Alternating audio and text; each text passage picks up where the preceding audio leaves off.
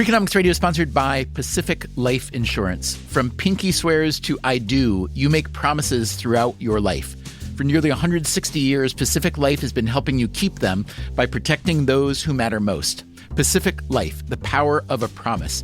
Ask a financial professional how Pacific Life can help you create a more confident financial future. Pacific Life Insurance Company, Omaha, Nebraska, and in New York, Pacific Life and Annuity, Phoenix, Arizona.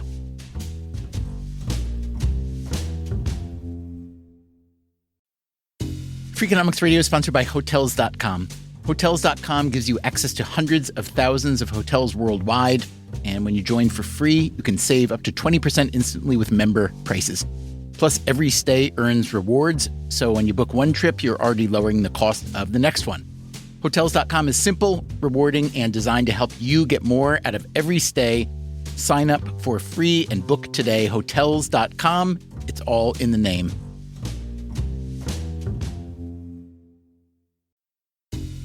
Freakonomics Radio is sponsored by TalkAboutPD.com. Let's talk about Peyronie's disease, or PD. It's not widely talked about, and some men may feel reluctant to bring it up, but it's more common than you would think. PD can happen when scar tissue builds up under the skin of the penis, causing a curve with a bump during an erection that for some men may lead to pain during intimacy and impact mental health. A trusted urology specialist can help diagnose PD and walk you through your options, including non-surgical treatment.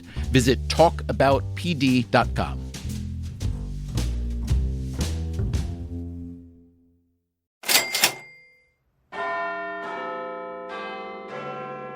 The British Prime Minister David Cameron, when he was leader of the opposition, is trying to get elected. He wanted to convince people that he was a soft, caring guy, and he installed a little windmill on his house. That's Tim Harford. He's an economist and author who lives in Oxford, England. Now, it turns out wind power can be pretty effective, but you need a really, really big windmill in a really windy location to be efficient. These little windmills, especially in an urban environment where you don't get a consistent flow of wind, they generate an incredibly small amount of energy, really, really ineffective. Indeed, there's a fantastic example from the British physicist David Mackay, who points to building top windmills in Japan that actually have little electric motors in them to keep them spinning around, because otherwise they would look really stupid on top of the building and not actually moving. So these windmills actually cost energy.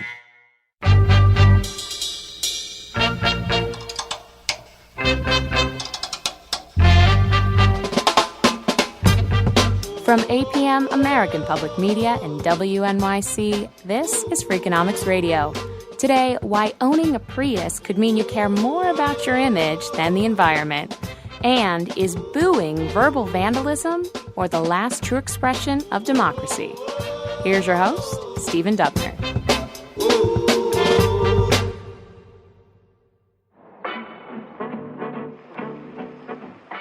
You will note that David Cameron did get elected Prime Minister of the UK. Now, whether his little windmill had anything to do with it, tough to say. But while it may not always be easy being green, these days it's certainly attractive. Rooftop windmills, those I am not a plastic bag reusable shopping bags, and a certain make of automobile. Hey there, Richard! Oh, hey, Gerald. New car? Yeah, it's a hybrid. I just couldn't sit back and be a part of destroying the Earth anymore. Well, good for you. Oh, thanks! That's from the TV show South Park, poking fun at how some people get a little bit sanctimonious when they start driving a hybrid car. In this episode, the car is called a Prius, a little bit like a Prius, maybe? The message is clear. Helping the planet is nice, but being seen helping the planet is really nice. Now, this might not sound like something that economists study, but there's this idea that they call signaling theory. Here's Robin Hanson of George Mason University. Signaling theory is another way of talking about showing off or trying to present your best face. It's all about what we do to look good, or at least not to look bad. So more generally, signaling is about managing your image. It's about keeping in mind that other people will be watching you and interpreting you. So it's not so much about showing off your ability to be smart or to be well-dressed or athletic. It could be about showing your concern, to showing your loyalty, showing your attention. No offense to you or your fellow economists, but why are you guys looking at this? This seems – don't you have other more economics-themed problems to be solving? Why have you guys gotten involved in this and maybe even good at figuring out signaling? There's a big world of interesting things to look at, and managing our appearance is actually a lot of what we humans do. Trying to understand business, trying to understand jobs, school, even medicine, if you don't realize that people are trying to manage their image, you miss out on a lot of what's going on. All right, so here's our question for today. For people who lean green, how much value do they place on being seen leaning green?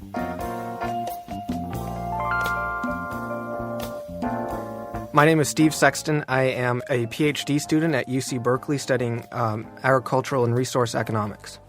I'm Allison Sexton. I'm a PhD student at the University of Minnesota studying health and information economics.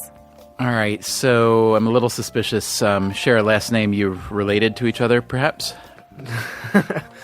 We are. We also shared a womb. Wonder Twin Powers, activate! That's right. Allison and Steve Sexton are twins, and they're both budding economists. And guess what their parents do? Yeah. Economists. Oh, it was very exciting, as you might imagine.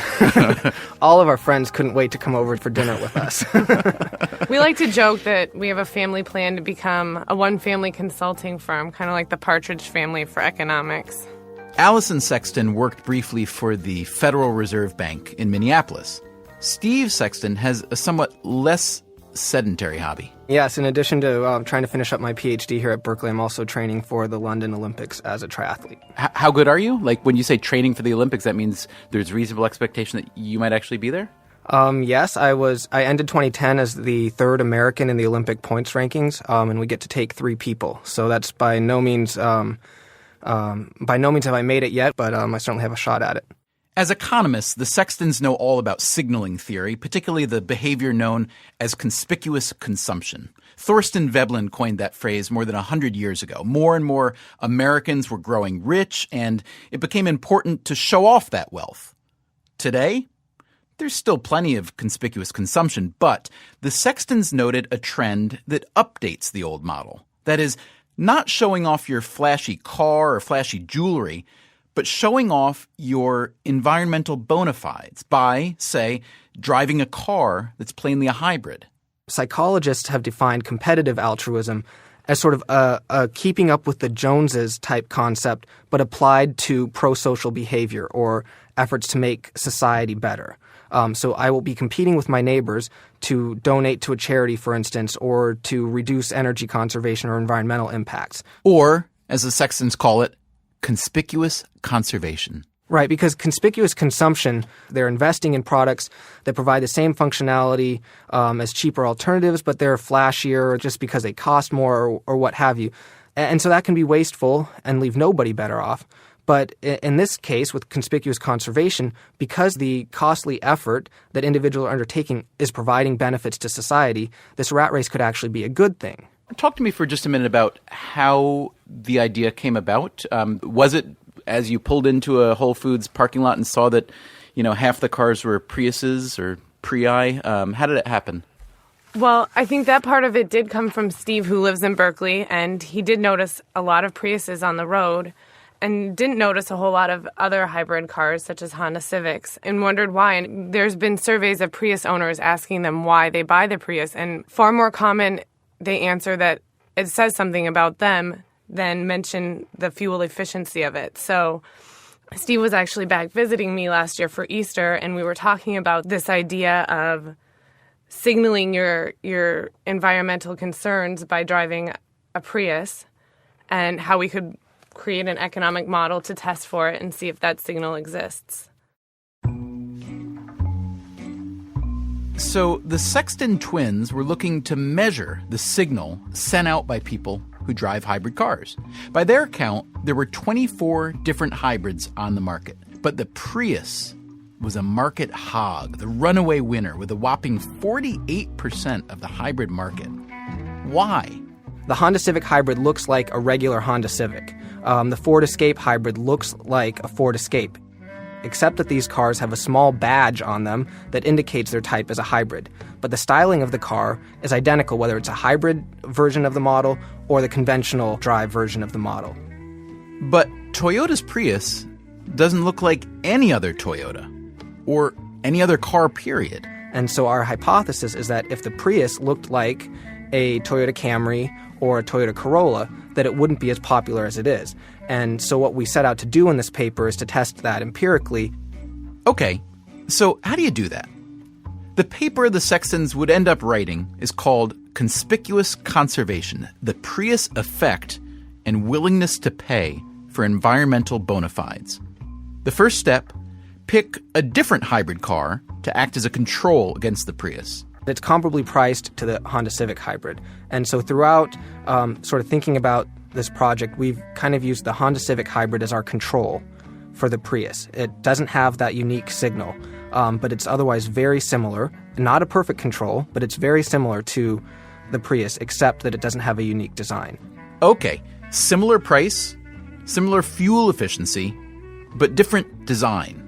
So what's the Prius's unique design worth as a signal to the outside world that you are burning less fuel than everyone else? So if your neighbors care about the environment, then sending that signal can be very valuable. But if your neighbors don't care about the environment, then why do you care to send a signal to them that you care about the environment? And so you can think about whether you'd rather drive a Prius in Berkeley or in Crawford, Texas, for example. Keep in mind that before the Sextons came up with this idea, South Park was all over it. Dad, we feel that your new car is changing you. Yes, it certainly is. We're thinking that a lot of people in town are starting to take offense at your actions. We feel like you're starting to become alienated from some of your friends. Well, I totally agree, Kyle. You do? Yes, a lot of people in town just aren't ready to drive hybrid cars. Right. Okay, good. And that's why I've talked it over with your mother, and we've decided to move. What? We need to be where everyone is motivated and progressive like us. Start getting your things packed, boys. The Broflovsky family is moving to San Francisco. In other words, if you're a green-leaning person, the signal of a Prius might be more valuable if you live in a green-leaning neighborhood than if you live in a place where environmentalism isn't such a big deal. The Sextons wanted to know if A, this were true, and B, if so, just how valuable is the Prius signal? So they set out to gather some data on hybrid car sales in different places. They chose Colorado and Washington, two states with a lot of political diversity, and they got hold of vehicle registration data and voting records. The vehicle data told them what cars were being bought where, and the voting records stood as a proxy for how green each part of the state was, the idea being that greener communities vote more Democrat than Republican. When the Sextons looked at the numbers, they found that hybrids indeed sold disproportionately well in the greener zip codes, in Boulder and Seattle, for instance. But was that true for all hybrids? What about the Honda Civic Hybrid, the Sextons' control car? We did test to see if the market share for Honda Civics also increased in greener zip codes, and we found no statistical effect, and in fact, in a few of the regressions, we found a negative effect. But the Prius? Those green zip codes were crawling with Prii. And through our econometric model, we're able to determine what share of the Prius's market share is due to its unique styling, the Prius signal, or the conspicuous conservation effect. And then using other studies that have determined how responsive vehicle demand is to prices, we're able to basically trace out a demand curve and estimate the willingness to pay for that single attribute of the Prius. That is, how much people are willing to pay just to signal that they are green. Right. So how big is the effect? How big is the conspicuous conservation effect then in these places? So for Colorado, we measure that it accounts for about between 21 and 33% of the market share. And in Washington, we measure that it accounts for about 10 to 17% of the market share. So this translates into a willingness to pay in Colorado for between about $1,000 and $4,000, and in Washington, a willingness to pay between $500 and $1,300. All right, this needs a bit of clarification. The market share numbers the Sextons are talking about, that's not how much of the market the Prius has. It's how much additional market share the Prius has because of its unique hybrid look. And that willingness to pay figure they're talking about, that doesn't mean people actually pay that much more for the Prius. They don't. Willingness to pay is just economist speak for how much the Prius effect is worth to people in terms of feeling good about themselves, being seen by others in a positive light, things like that. What do you know about how intentional the Prius design was in terms of setting itself apart as an obvious hybrid? In other words, did Toyota understand conspicuous conservation well before you guys even ever thought to look into it? I think there is evidence that Toyota understood conspicuous conservation before we did. They instructed their car designers to make the Prius unique and said that they didn't care what it looked like so long as it looked different. It suggests that they did expect that they could count on this conspicuous conservation effect to drive sales. Well, that's right. I mean, the design is everything about Prius, right? Everybody understands that the car is both efficient and it has a unique design that stands out. Nothing else looks like it on the road. That's Doug Coleman, a Toyota marketing manager. You see a Prius, you know what it is, you know it stands for hybrid, and there's really no other car that stands for hybrid. So having something that's unique is really important to our buyers.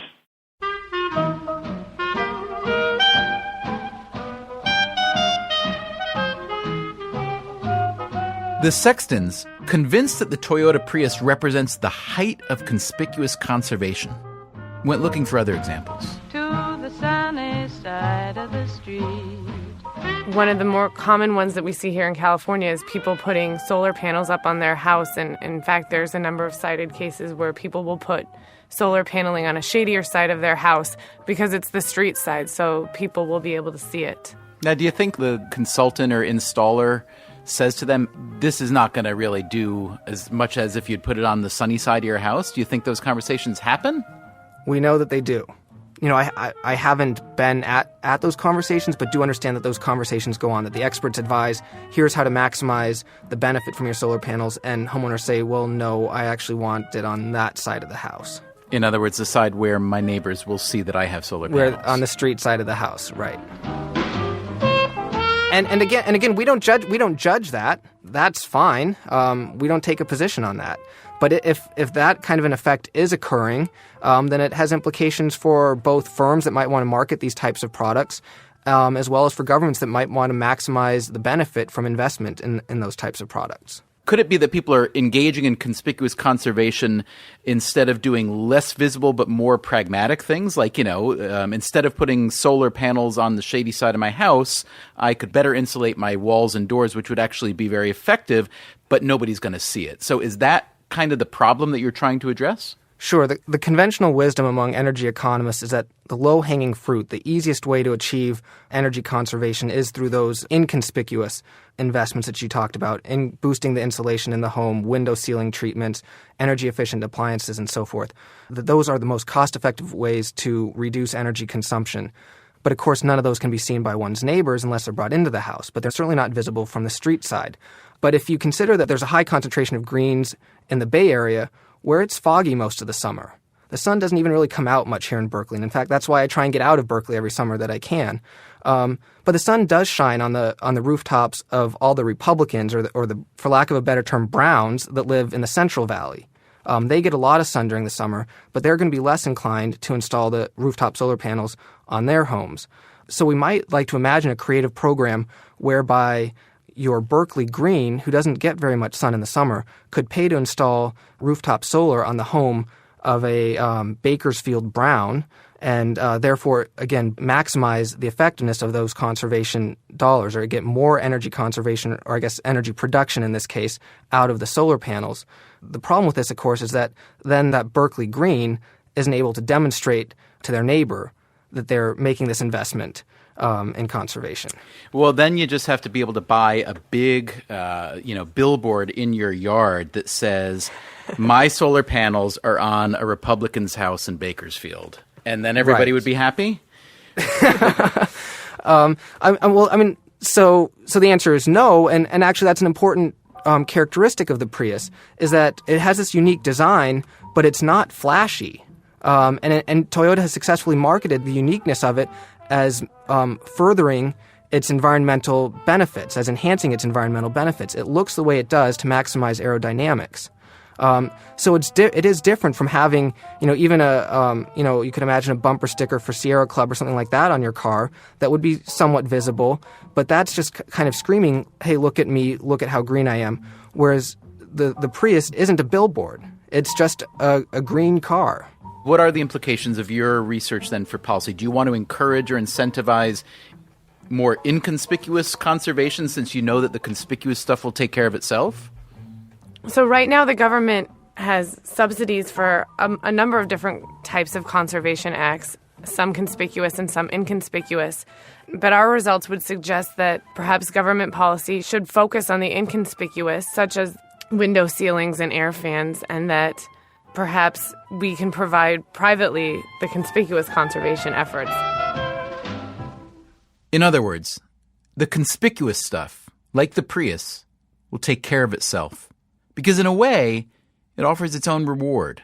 You're trying to enhance your reputation or attain some kind of status by undertaking these personally costly actions that benefit others. And what's interesting about these conceptions of altruism, both competitive altruism and reputational motivations for altruism, is that they're fundamentally selfish. And so they are consistent with traditional neoclassical economics. They aren't fundamentally altruism in the purest sense. What do you guys drive? I have, for most of my graduate school career and before I was without vehicle, I just this Christmas got a hand-me-down Toyota Camry from my mom. Not a hybrid. Not hybrid. It was before hybrids. I drive an Audi A4. Wait a minute. I'm sorry. I knew I got myself in trouble there. You're a PhD student. Were you selling crack for a few years between? Is triathloning very profitable? In fact, no. I was fortunate to get a number of scholarships in my undergraduate studies, and my parents essentially turned over what was left of my college fund to me, and I blew it on a car in my first year of grad school. Awesome. It's not a hybrid, correct? No, it is not. I drive a Miata. A Miata? Yeah, a sports car. That's Robin Hanson again, our signaling economist. I think it's easy to pick on, say, the conspicuous consumption of a conservationist image and say, well, these people are driving a Prius because they're trying to seem one way. But of course, all the other cars are trying to seem some other way too. Right. What are you trying to signal to the world when you drive your Miata? Well, I'm fun. I'm spontaneous. I don't mind whizzing around. Maybe I'm a little aggressive sometimes. I like to get places fast. I like the wind in my hair. Is that all true? I think it's, roughly true.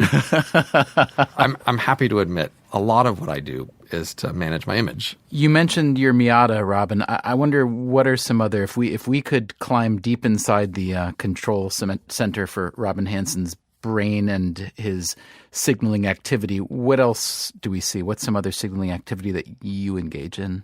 Economists like to point out there's almost no chance that your vote is going to determine an election. So one of the things economists like to do to show off that they're a clever economist is to not vote and to say to everybody, hey, I'm smarter than all the rest of you. See, I understand that by voting, it's not going to make any difference anyway.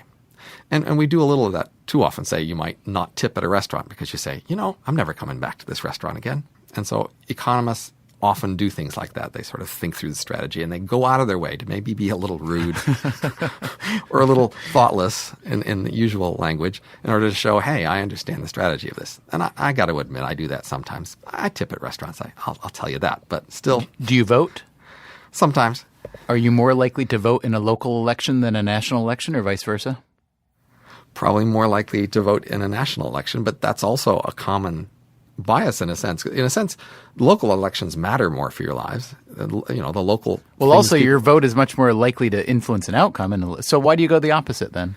Because like most other people, voting in an actual election helps you talk about it. So when you want to sit around and talk with your friends and colleagues, you tend to talk about national politics.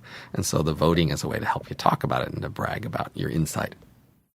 Do me a favor. Don't go hating on Robin Hanson just because he votes for his sake and not out of civic duty.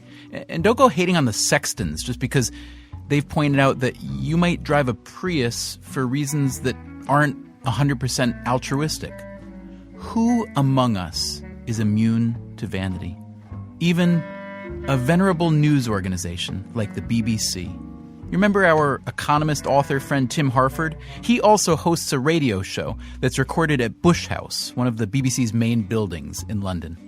And in the lobby of this office, there was an LED display screen describing how much energy was being generated by solar cells on the roof of this building. So tell us, how many solar panels are up there on the roof of Bush House? I don't know, but it can't be that many because it's a central London building. There's just not much room. And it just seemed to me like a really weird place to put a renewable energy source in the middle of a city, on a building in a fairly cold climate, which wasn't getting a lot of light. You stick these photovoltaic cells on, they're very expensive. What's the gain? And of course, the gain is absolutely obvious. The gain is that you can put this big tote board in your lobby, and all the visiting politicians and dignitaries of all descriptions, they all come through the lobby and they all see this tote board and they all think to themselves, wow, the BBC cares about climate change. It's good to see. All the world is green. Pretend that you owe me nothing. Coming up, a little less show, a little more yell. We leave conspicuous conservation behind and deconstruct the boo. Is it verbal vandalism? Or perhaps the last true expression of democracy? He had keys missing on his little keyboard thing, and he was singing Stevie Wonder. That's just something you don't do. I said, boo, man. Kill a fool, and all the world is green. He's balancing a diamond on a blade of grass. The dew will settle on our graves, and all the world is green.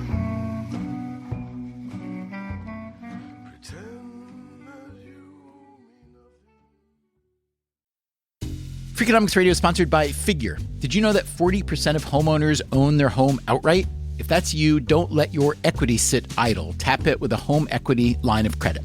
Figure, the #1 non-bank HELOC lender in the U.S., helps tap equity you've built in your home so you can do things like tackle a renovation or pay down debt. HELOC is a line of credit secured by your home. You can draw what you need, repay, and draw again. Figure offers a 100% online application. Get approved in 5 minutes and funding in as few as 5 days. It's faster than a bank loan and cheaper than a personal loan. Check your rate today without impacting your credit at figure.com/Freakonomics.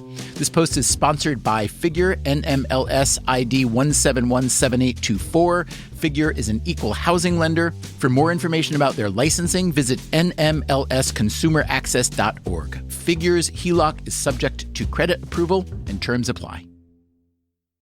Freakonomics Radio is sponsored by Principal, the perpetual pen tapper, the arbitrary fridge reorganizer, the holiday party planner that starts in May.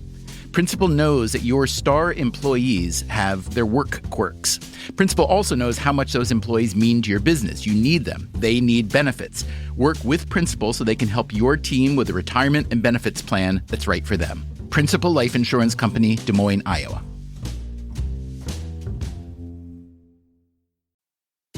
Freakonomics Radio is sponsored by Range Rover Sport, a vehicle that blends power, poise, and performance.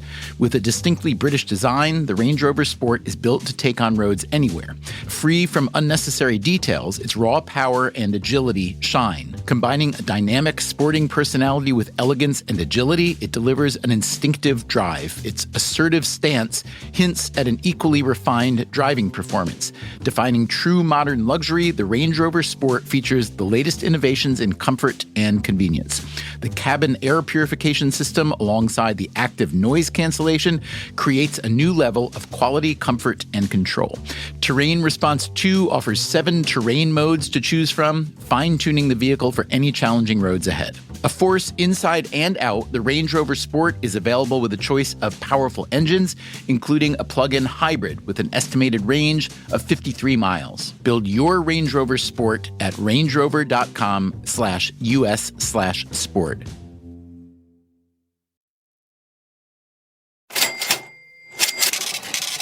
From WNYC and APM, American Public Media, this is Freakonomics Radio. Here's your host, Stephen Dubner.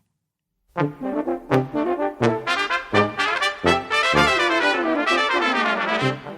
want you to introduce yourself by saying your name and what you do first. Sure, I'm Ed Rendell, former governor of Pennsylvania, former mayor of Philadelphia, former a lot of things. And you know what we're here to talk about today, right? Absolutely. All right. Now, we've all heard, or some of us have heard at least, that Philadelphia is actually the capital of sports booing, at least. Philadelphia fans are incredibly passionate. They're the best and most supportive fans in the world. But they will boo lack of effort. They will boo opposing players. They will boo bad calls by the umpires. And yes, they'll boo Santa Claus. The Santa Claus thing actually did happen on December 15th, 1968, during a Philadelphia Eagles football game. It helped cement the belief that Philadelphia is the town that boos the most, the best, the worst. It was the last game of the year. It was right before Christmas. It was in Franklin Field, our old stadium. The Eagles had won 2 games that year, so the fans were just pissed off in general. And then the regular Santa Claus that they were going to use for this halftime show got sick. So they went into the stands to find guys in Santa Claus suits and see if they'd volunteer. And the only guy they found was this scrawny-looking, dirty suit guy. He was the worst-looking Santa Claus I ever saw. And they put him up on the sled. I guess they must have paid him something. And carted him around. And everyone, myself included, threw snowballs at Santa.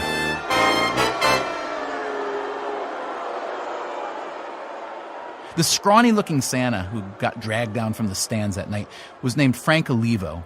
He was a native Philadelphian. You know how you could tell? Because here's what Olivo told the Philadelphia Daily News after he got booed and pelted by snowballs. He said, quote, "I'd have done exactly the same thing if I wasn't on the field." Now keep in mind, Philadelphia is not just any city. Ed Rendell knows that. Well, if you wanted to get philosophical here for a minute, you could say, Philadelphia was the cradle of the political part of the revolution, at least. And if we didn't have a bunch of dissenters, we wouldn't have a country right now to start with. Sure. I mean, Thomas Paine was the very first boo bird. He did it on his pamphlets, and they were remarkably effective in launching us on a new nation.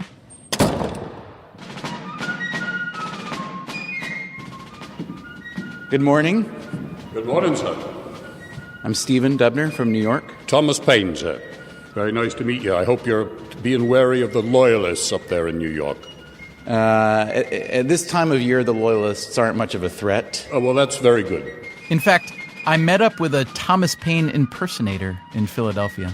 I like to write in taverns, actually. So just like people write in Starbucks today, you would sit down in a tavern. I'm not familiar with that. Yeah, it's a coffee chain from the future. It's a coffee house. Yeah. I see. Yeah.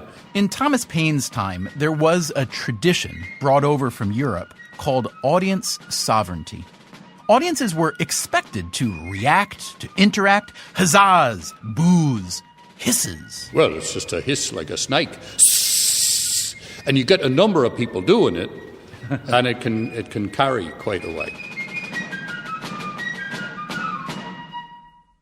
This was nothing new, of course.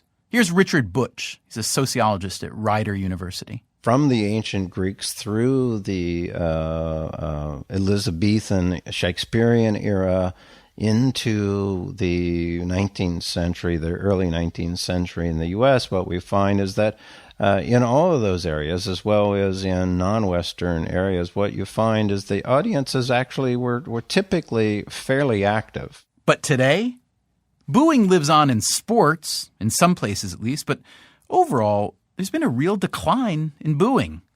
I mean, come on, tell me the truth. Don't you sometimes have the urge? At the theater, maybe? Or during a meeting with your thick-headed boss? I'm very conflicted about booing. On the one hand, I think it's a kind of verbal vandalism, and I'm always kind of annoyed when people boo around me. On the other hand, it's kind of one of the last true expressions of democracy. That's Robert Lipsyte. He's a writer, spent a lot of his career covering sports for the New York Times, especially the racial and social and political angles of sport. Unlike most of his peers, he didn't come to this as a fan. His memoir is called An Accidental Sports Writer. He's also an opera buff. I saw the last few performances of Pavarotti a couple of years ago before he died. The voice was gone. And with the voice gone, it was also really hard to now forgive the fact that he was of the school that was known as Park and Bark.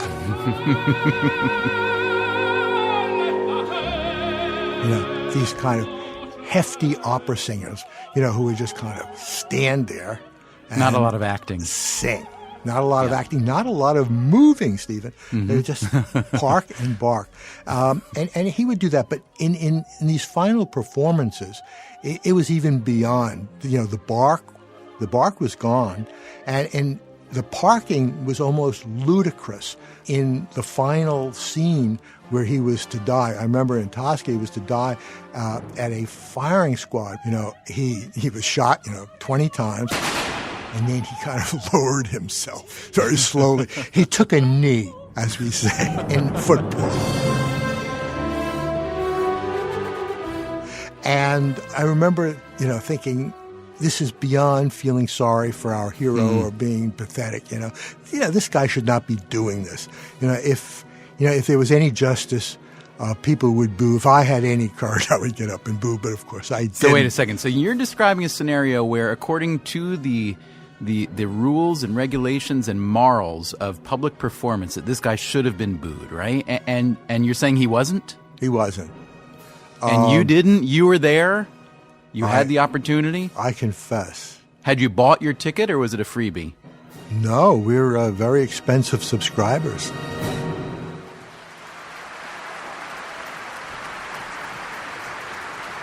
Let me say this. I've known Bob Lipsyte for quite a while, and I like him a lot. I think he's a great writer. But the fact is, he's a grump, a grouch. If he won't boo something as bad as Pavarotti's Park and Bark, well, who is willing to cut loose? So they come out on stage, and I go, boo! Terry Teachout is a theater critic for the Wall Street Journal. It was at New York City Ballet a number of years ago, not under the present regime, when the orchestra was in a terrible state of disrepair. And they performed a very difficult score by Igor Stravinsky to a ballet by George Balanchine, and they butchered it. And I was furious. And at the end, I booed. It's the only time I've ever done it in my life. I think I was the only person in the theater who was doing it, and I doubt if anybody knew why I was doing it, to be perfectly honest with you. But I felt a lot better for having done it. It should be said that Teachout was at the ballet as a civilian that night, not as a critic. I've never heard a single boo on Broadway as long as I've been reviewing, which is going on 9 years now. How on earth can that be? I often wonder myself, and the conclusion I've come to, other than some vague theory about how Americans are just basically nice people, which may or may not be true, is that tickets on Broadway cost an enormous amount. And so people feel, I think, obliged to vest themselves in the performance in a way that they might not if the ticket cost half as much. If you're putting out $125 for your seat, you want your show to be good. And I think that there may be some built-in bias there that inclines you to enjoy what you see. Right. There is a phenomena that psychologists and economists talk about, the endowment effect. When something is yours and when you've attached value to it, you inflate the value of it because it is yours. Exactly right. And when you are endowing a performance with, assuming that you're bringing a date, $300 or more a pop, not including the incidental costs of travel, of having dinner, of all the things that go into a night at the theater, you're talking about a fairly substantial investment. Yeah, no, and that makes sense. But let's entertain an alternate scenario. Let's pretend that there was a lot of booing on Broadway. Then we might say, well, it's because the tickets are so expensive. And when you pay that much, you expect that the product will be satisfactory to you, and it's not. And yet that doesn't happen. So maybe it's not about the money. Well, I can see a case for arguing that demand characteristics of the situation are shaping the way people respond on Broadway, except that people boo in opera houses in New York, and I've heard it. I've heard people absolutely tearing their hair and screaming with dislike, usually over productions. I've never heard an individual performer booed at the Met. What they boo is a production of a standard opera that is extremely eccentric in some way that is not to their liking. So you think at root we should have more booing? I would be encouraged if I heard it once in a while. I would not want the kind of full-scale incivility that is common in Italian opera houses. I don't want to see people throwing tomatoes. And I actually suggested as a kind of thought experiment what I called the silent boo, which would be you would install in your lobby a pair of plexiglass bins into which people dropped their programs as they left, one marked cheers and the other marked jeers, so that they could register their reaction to what they had seen in an immediate and visible way without having to boo if they feel, as I think many Americans feel, that booing is a fundamentally rude and uncivil thing to do. But obviously, if they don't like a show, they'd like to express it in some way, and that would be a visible way, and a fairly cheap one, too. Yeah, now I see the merit of that idea, but on the other hand, there's nothing remotely visceral about it. I mean, isn't that kind of the point of the boo? Is it reflects the audience's visceral reaction to and investment in the performer. And that's a different kind of thing than checking a box on a kind of, customer satisfaction survey, right? Well, now bear in mind that there's a big difference between checking a box on a customer survey and storming into the lobby and flinging your program into the jeers bin in full view of 100 other people. I think it's conceivable. And if somebody were to do it, I think that people would, in fact, see that as an outlet for expressing their feelings about the performance, and also one that would not just be cathartic, but might well supply useful information to the producers of the show. That said, I agree with you about booing. I think there's something really natural about booing. Sometimes when I see a really awful show, even though I didn't spend any money to see it, and you're getting paid to see I'm it. furious. So the dynamic is exactly the opposite, and yet it's still frustrating. Well, I paid with time. I paid with part of my life that I can never get back. I take people to shows because they always give us 2 press seats. And sometimes on the way out, I'll say, another 2 hours closer to the grave.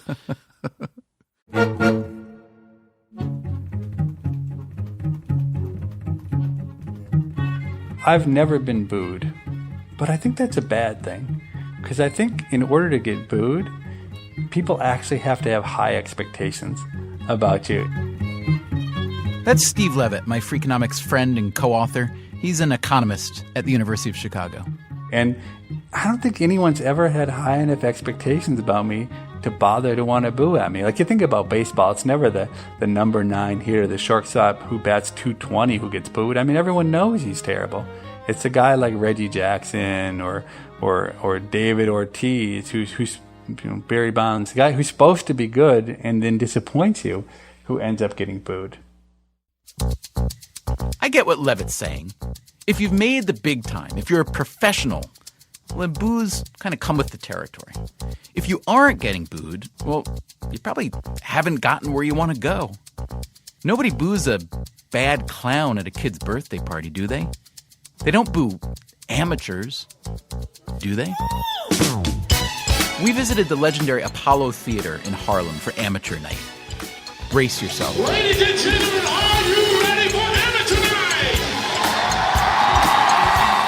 Ella Fitzgerald, Billie Holiday, the Jackson 5 all played amateur night here. The place can be pretty unforgiving. Among the future stars who got booed, James Brown and Luther Vandross. On amateur night, the MC encourages the audience members to vote with their throats. Now, this is the only place where you get to show that you don't appreciate what you thought. So, if you don't like them, what you gonna do? And that will bring out the executioner, C.P. Lacey. Tonight, C.P. Lacey is wearing red. Red suit, red tie, red hat. He's worked here for nearly 25 years. I've been here for a minute. He's the executioner, the guy that performers do not want to see. It is my job to rid the stage of any unwanted acts. In other words, well, okay, you're singing your song, yada, yada, yada, da, da, da, da, boo!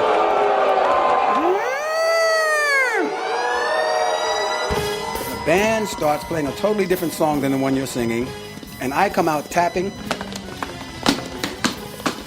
and I'm telling them to get off the stage, and they don't even know what's happening because so much is going on. They're still singing their song, and then they kind of get the idea, and it's like, I'm getting booed.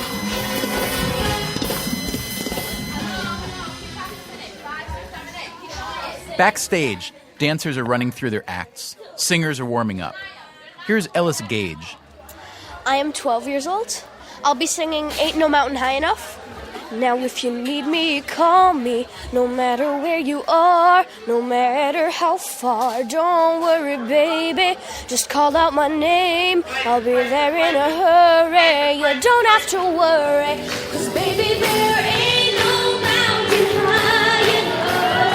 Ain't no valley low enough. Ain't no river wide enough.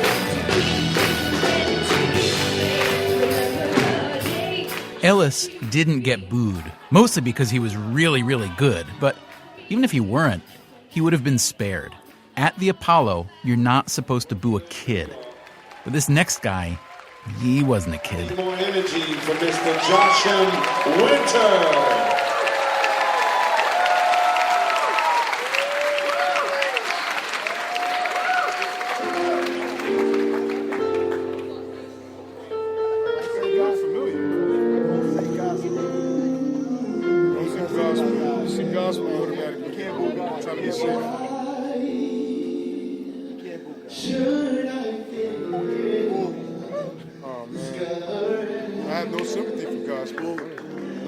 Give him a chance real quick. Give him like 30 more seconds. All right, 15.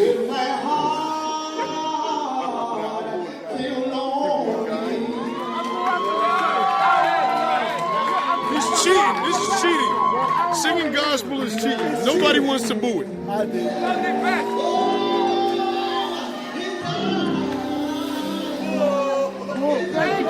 Let's go.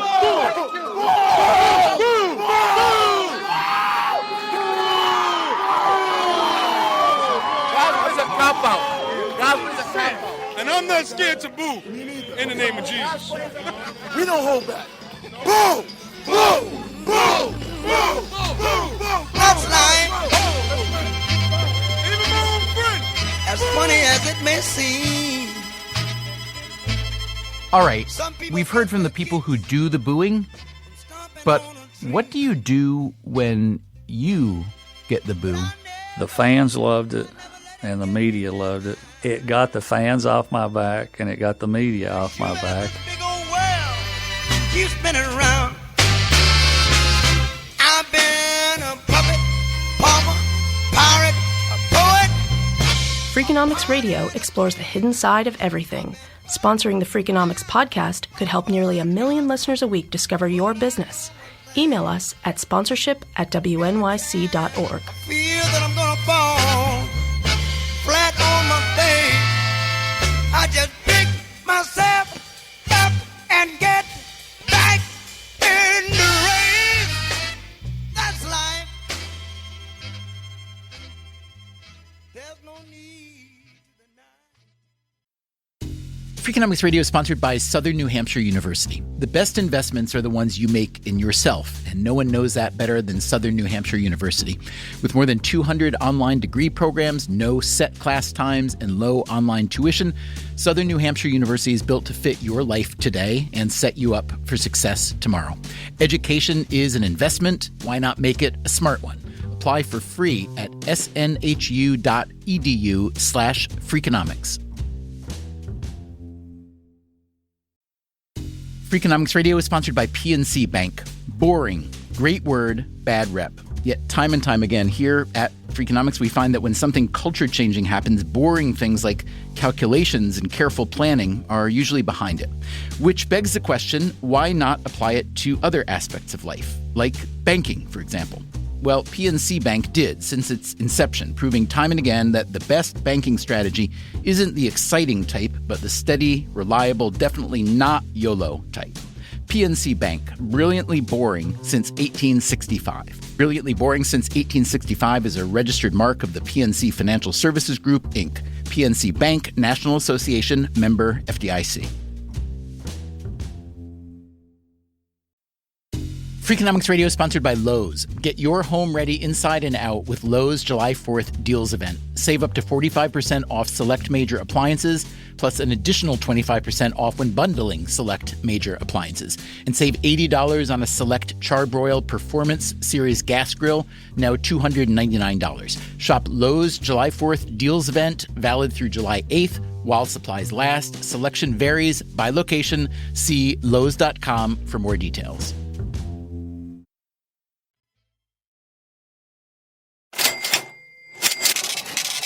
From WNYC and APM, American Public Media, this is Freakonomics Radio. Here's your host, Stephen Dubner. All right, so let's see.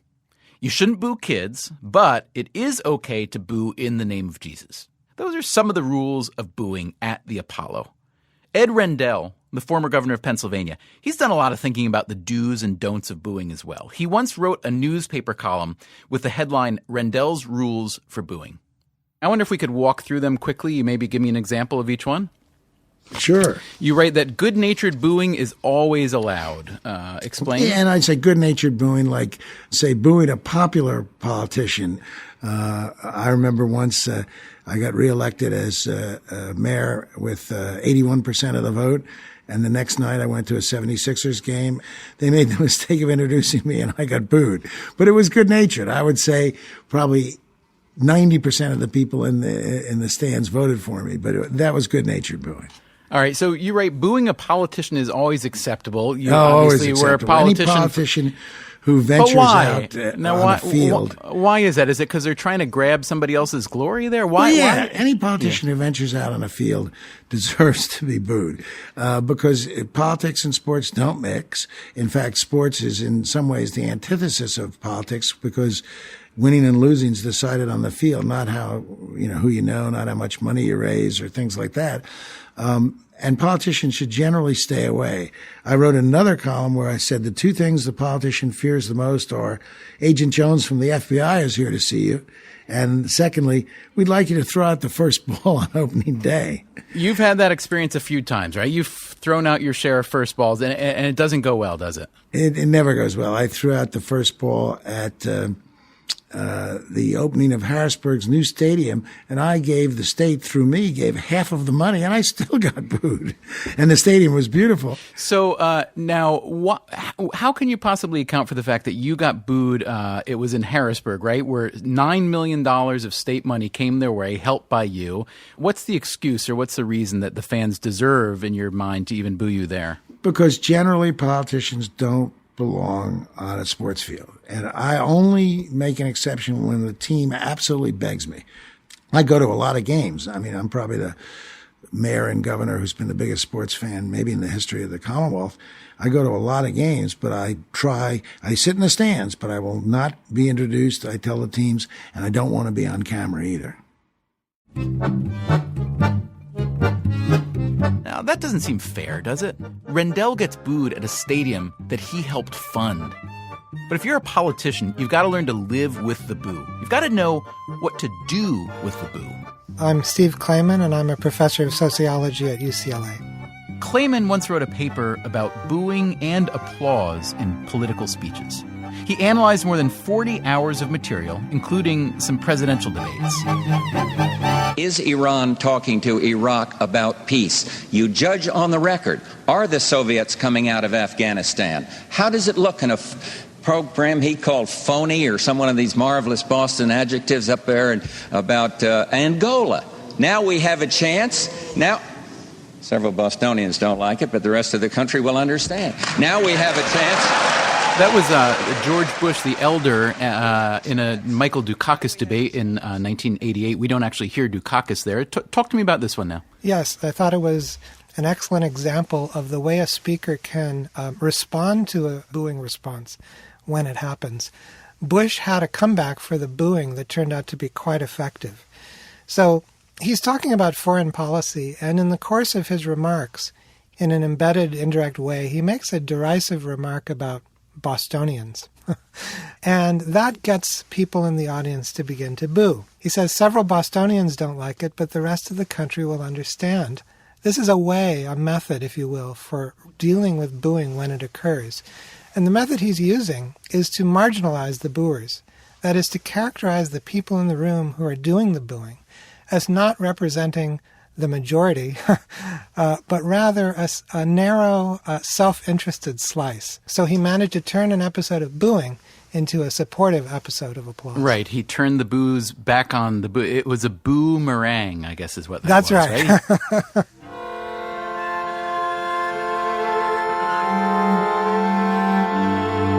In our attempt to understand the boo, we've got one more story to tell you. And if you ask me, this one is the story of the ultimate boomerang.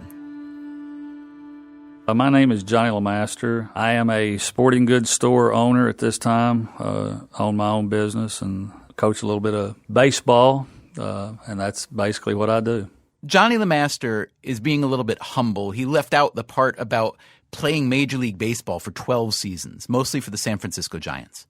Now, he was hardly the best baseball player that ever lived. In fact, he was a shortstop with a career batting average of about .220, the very kind of player that Steve Levitt talked about, who usually isn't targeted for booing. I'm just an ordinary person, but I've lived an extraordinary life, and that's all because of baseball.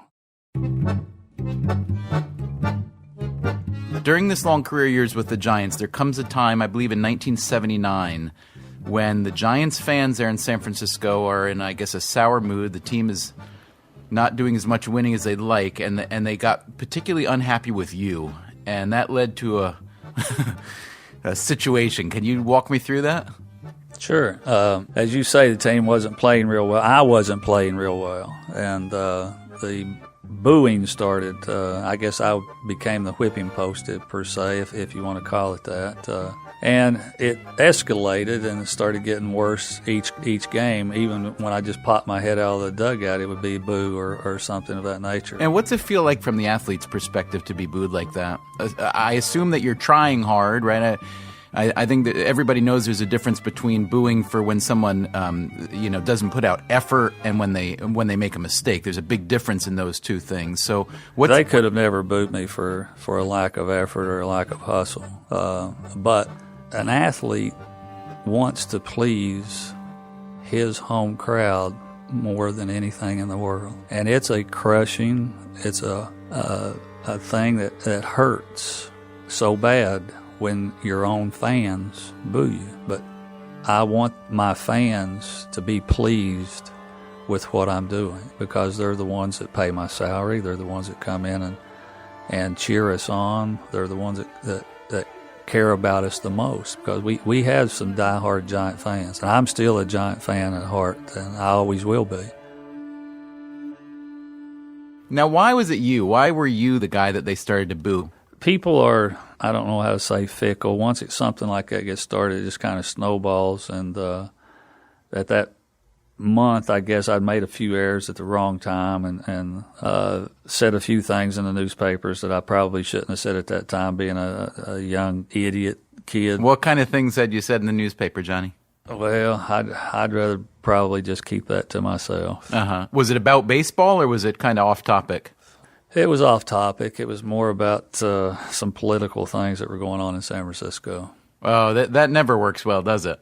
No, I'm a very conservative person, and that's more of the most liberal places that there is in the world. And some of the things I didn't say them to hurt anybody, but I said them to try to make people think. This is San Francisco. This wasn't about homosexuality, maybe, was it? It was. Okay, so you're in San Francisco and you say something that could be interpreted as a conservative view on homosexuality. That's not going to go over very well. And believe me, it didn't. The booze escalated. This went on for weeks. LeMaster was pretty unhappy about it. And finally, one night, lying in bed with his wife, she had an idea for how he ought to handle the booze.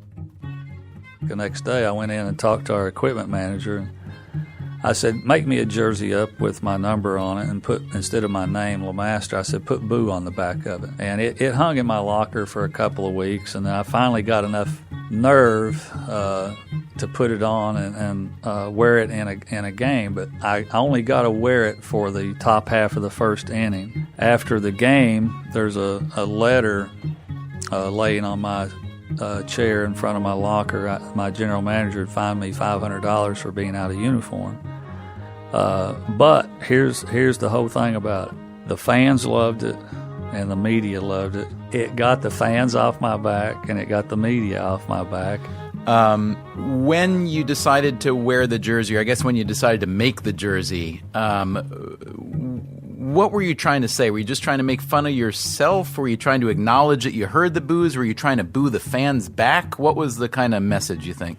I was trying to give the fans a way, instead of booing Johnny LeMaster, that whenever they say they were going to boo, that they were actually cheering me, because that was now my new name. But I had a good time with it too, don't get me wrong. And here we are still talking about it 30 years later. But here's, I guess, what brings it all back to reality. The last year I played, I was with the Oakland A's, and I'm sure you've heard of Reggie Jackson. Sure have. Reggie was on that team. It was the last year he played also.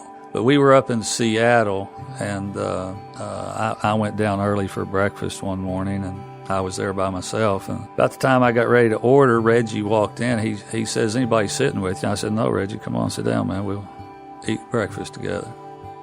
And he came over and sat down. We chit-chatting a little bit, and he looked over at me. He said, I hear you get booed every once in a while. I said, Reggie, I did. And he looked at me across that table, just eyeball to eyeball. He said, let me tell you something.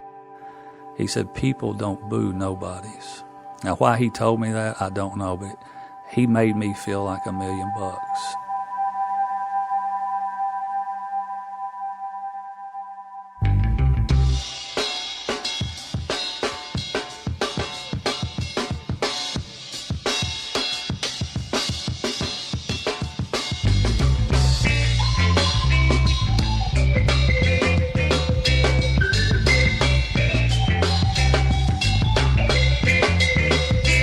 Freakonomics Radio is produced by WNYC, APM, American Public Media, and Dubner Productions. This episode was produced by Diana Wynn and Sean Wen. Our staff includes Susie Lechtenberg, Catherine Wells, Beret Lamb, Colin Campbell, and Chris Bannon. David Herman is our engineer. If you want more Freakonomics Radio, subscribe to our free podcast on iTunes and go to Freakonomics.com, where you'll find lots of radio, a blog, the books, and more.